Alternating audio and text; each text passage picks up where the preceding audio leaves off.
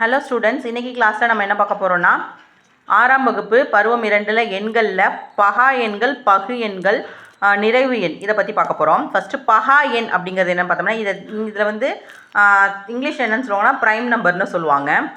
ஒன்றை விட அதிகமான ஓர் இயல் எண்ணானது ஒன்று மற்றும் அதே எண்ணை மட்டுமே காரணியாக பெற்றிருப்பின் அந்த எண் பகா எண் எனப்படும். இதுக்கு முன்னாடி வீடியோவில் நம்ம காரணிகள் பார்த்தோம்.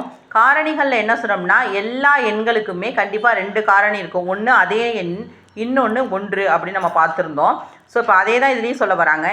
எந்த ஒரு எண்ணுக்கு வேறு காரணிகளே இல்லாமல் 1 மற்றும் அதே எண்ணே காரணிகளாக வருது அப்படின்னா அந்த எண்களை நம்ம பகா எண்கள் அப்படின்னு சொல்லுவோம்.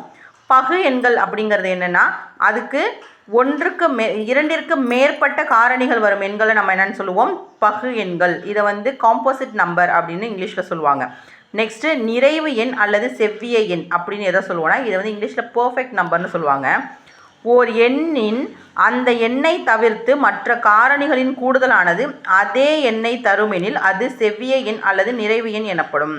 அதாவது ஒரு நம்பர் இருக்குது, அந்த நம்பரை நம்ம என்ன பண்ணுறோன்னா, அதோட காரணிகள் அதாவது அந்த நம்பர் இல்லாத மிச்சமுள்ள காரணிகளை கூட்டும்போது அதோட கூடுதல் வந்து அதே எண் வரும் அப்படிங்கிறது தான்.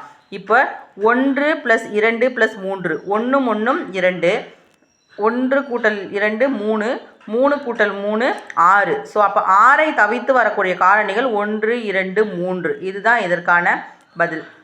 தேங்க்யூ.